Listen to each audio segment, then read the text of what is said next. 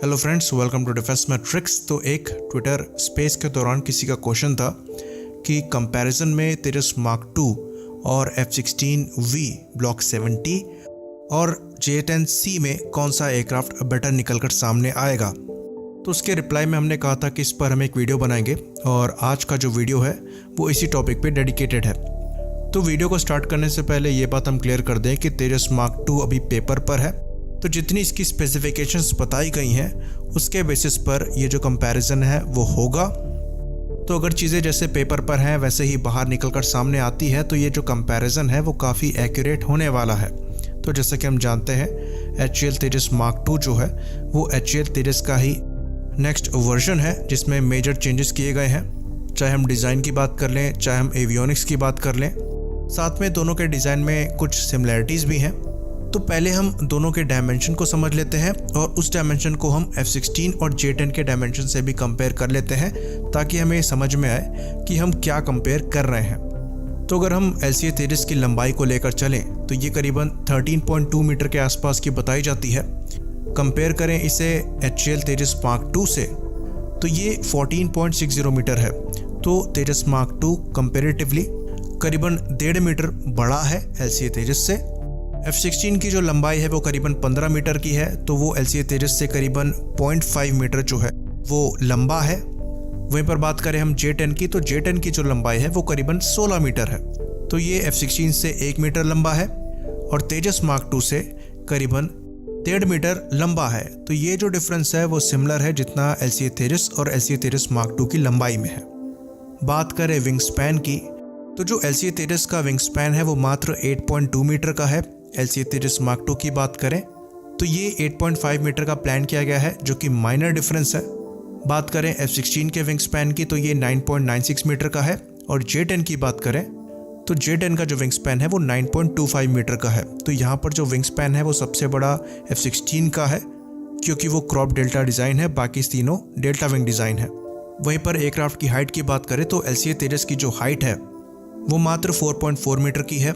वहीं पर बात करें तेजस मार्क 2 की तो बहुत माइनर डिफरेंस है, 4.86 मीटर की है। F-16 की बात करें तो ये भी 4.9 मीटर का है और J-10 जो है वो 5.43 मीटर का है। तो यहाँ पर जो सबसे बड़ा एयरक्राफ्ट है इन चारों में वो J-10 है। डायमेंशन वाइज अगर छोटे से बड़ा रखें तो यहाँ पर जो सबसे छोटा है वो LCA तेजस है, फिर तेजस मार्क 2 है, फिर F-16 और फिर J-10C।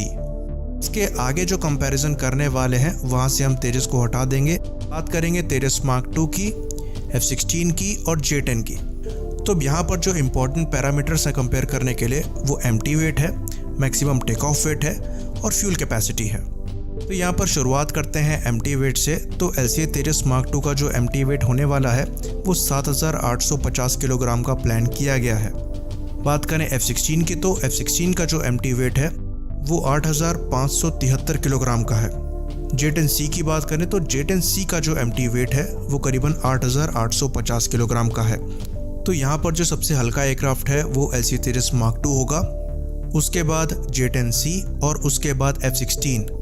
तो LCA तेजस मार्क 2 और J-10C के हल्के होने के पीछे जो कारण है वो कंपोजिट मटेरियल को भारी मात्रा में यूज़ करना है। बात करें मैक्सिमम टेक ऑफ वेट की तो LCA तेजस का जो मैक्सिमम टेक ऑफ वेट है वो 17,500 किलोग्राम प्लान किया गया है। F-16 का जो मैक्सिमम टेक ऑफ वेट है वो 19,187 किलोग्राम का है। वहीं पर बात करें J-10C की तो ये 20,500 किलोग्राम का है। तो इसमें अगर हम मैक्सिमम टेक ऑफ वेट से एम्प्टी वेट को माइनस कर देंगे तो यूजफुल वेट जो है वो निकल कर सामने आएगा, जिसमें फ्यूल और वेपन का पेलोड शामिल है। तो यहाँ पर जो तेजस मार्क 2 का नंबर निकल कर सामने आ रहा है वो 9,650 किलोग्राम का है, F-16 का 10,614 किलोग्राम का है और J-10 का 11,650 किलोग्राम का है। तो यहाँ पर जो सबसे कम फ्यूल और वेपन कैरी करेगा इन तीनों में से वो तेजस मार्क 2 है और यहाँ पर जो सबसे ज़्यादा फ्यूल और वेपन कैरी कर सकता है वो J-10 है। ये बात नेचुरल भी है क्योंकि यहाँ पर तेजस मार्क 2 सबसे छोटा एयरक्राफ्ट है साइज़ में और J-10 जो है वो सबसे बड़ा एयरक्राफ्ट है। अब बात करते हैं इंटरनल फ्यूल कैरिंग कैपेसिटी की। तो LCA तेजस मार्क 2 की जो फ्यूल कैरिंग कैपेसिटी है वो 3,400 किलोग्राम से थोड़ी ज़्यादा बताई जा रही है। F-16 की जो फ्यूल कैरिंग कैपेसिटी है वो 3,200 किलोग्राम है, जो कि एक्चुअली तेजस मार्क 2 से कम है, जबकि ये साइज में उससे थोड़ा बड़ा है। बात करें J10C की, तो J10C की जो मैक्सिमम फ्यूल कैरिंग कैपेसिटी है वो 3910 किलोग्राम की है। तो यहाँ पर जो सबसे ज़्यादा फ्यूल कैरिंग कैपेसिटी है वो J10C की है, उसके बाद LCA तेजस मार्क 2 की है और फिर F-16 की है इंटरनली। तो जब हमें मैक्सिमम फ्यूल कैरिंग कैपेसिटी पता लग गई तो मैक्सिमम इंटरनल फ्यूल के साथ ये कितना वेपन पेलोड कैरी कर पाएंगे उससे भी हम यहाँ पर कैलकुलेट कर सकते हैं। तो यहाँ पर मैक्सिमम इंटरनल फ्यूल के साथ जो तेजस मार्क 2 की मैक्सिमम पेलोड कैरिंग कैपेसिटी आ रही है वो 6250 किलोग्राम की आ रही है। वहीं पर बात करें F-16 की, तो F-16 की जो मैक्सिमम पेलोड कैरिंग कैपेसिटी है फुल इंटरनल फ्यूल के साथ वो 7414 किलोग्राम की आ रही है। वहीं पर बात करें हम J10C की, तो J10C की जो मैक्सिमम पेलोड कैरिंग कैपेसिटी है वो 7740 किलोग्राम की आ रही है। तो यहाँ पर जो सबसे कम वेपन पेलोड कैरिंग कैपेसिटी है वो तेजस मार्क 2 की है, उससे ज़्यादा जो है वो F-16 की है और उससे ज़्यादा जो है वो J10C की है।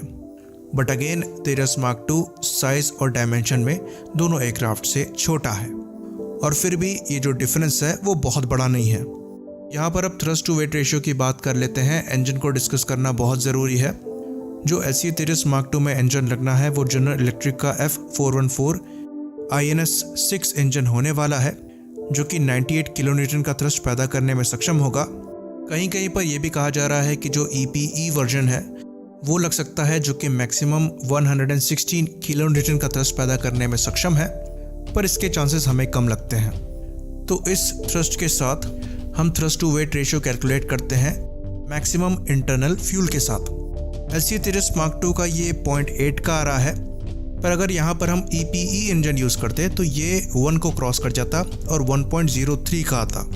बात करें F-16 की, तो F-16 का जो जनरल इलेक्ट्रिक F110 इंजन है वो करीबन 131 किलोन्यूटन का मैक्सिमम थ्रस्ट पैदा करता है।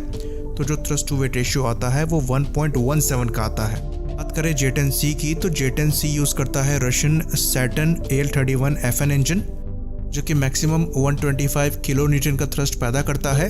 तो यहाँ पर जो थ्रस्ट टू वेट रेशियो निकल कर सामने आता है वो 0.97 का आता है। तो अगर हम कुल मिला जुला कर जनरल इलेक्ट्रिक के F414 INS-6 इंजन को यूज़ करते हैं, जो कि 98 किलोन्यूटन का थ्रस्ट पैदा करने में सक्षम है, तो जो थ्रस्ट टू वेट रेशियो है वो 0.8 का रहेगा फुल इंटरनल फ्यूल के साथ, जो कि मिनिमम होगा इन तीनों एयरक्राफ्ट में। और उसके बाद J10C का आएगा और सबसे बेहतरीन जो है वो F-16 का निकल कर सामने आएगा। लेकिन अगर EPE इंजन यूज़ किया जाता है, जो कि 116 किलोन्यूटन का थ्रस्ट पैदा करने में सक्षम है, तो थ्रस्ट टू वेट रेशियो जो है वो सबसे लो J10C का हो जाएगा, उसके बाद होगा तेजस मार्क 2 का और उसके बाद F-16 का होगा। तो यहाँ पर जो तेजस मार्क 2 है उसका इंजन बाकी दोनों एयरक्राफ्ट के कंपैरिजन में छोटा है, साथ में उसका स्पेसिफिक फ्यूल कंजम्पशन भी कम है, तो रेंज कंपैरेटिवली साइज़ के हिसाब से ज़्यादा आ जाती है। तो F-16 के मामले में इसकी जो रेंज है वो काफ़ी ज़्यादा होने वाली है। तो F-16 की जो कॉम्बैट रेंज बताई जाती है वो करीबन 546 किलोमीटर के आसपास की बताई जाती है। बात करें J10C की, तो J10C की जो कॉम्बैट रेंज है वो 900 किलोमीटर के आसपास बताई जाती है और जो तेजस मार्क 2 की कॉम्बैट रेंज है वो भी 800 से 900 किलोमीटर के आसपास की होगी। विकिपीडिया में जो नंबर दे रखे हैं वो एक्यूरेट नहीं है।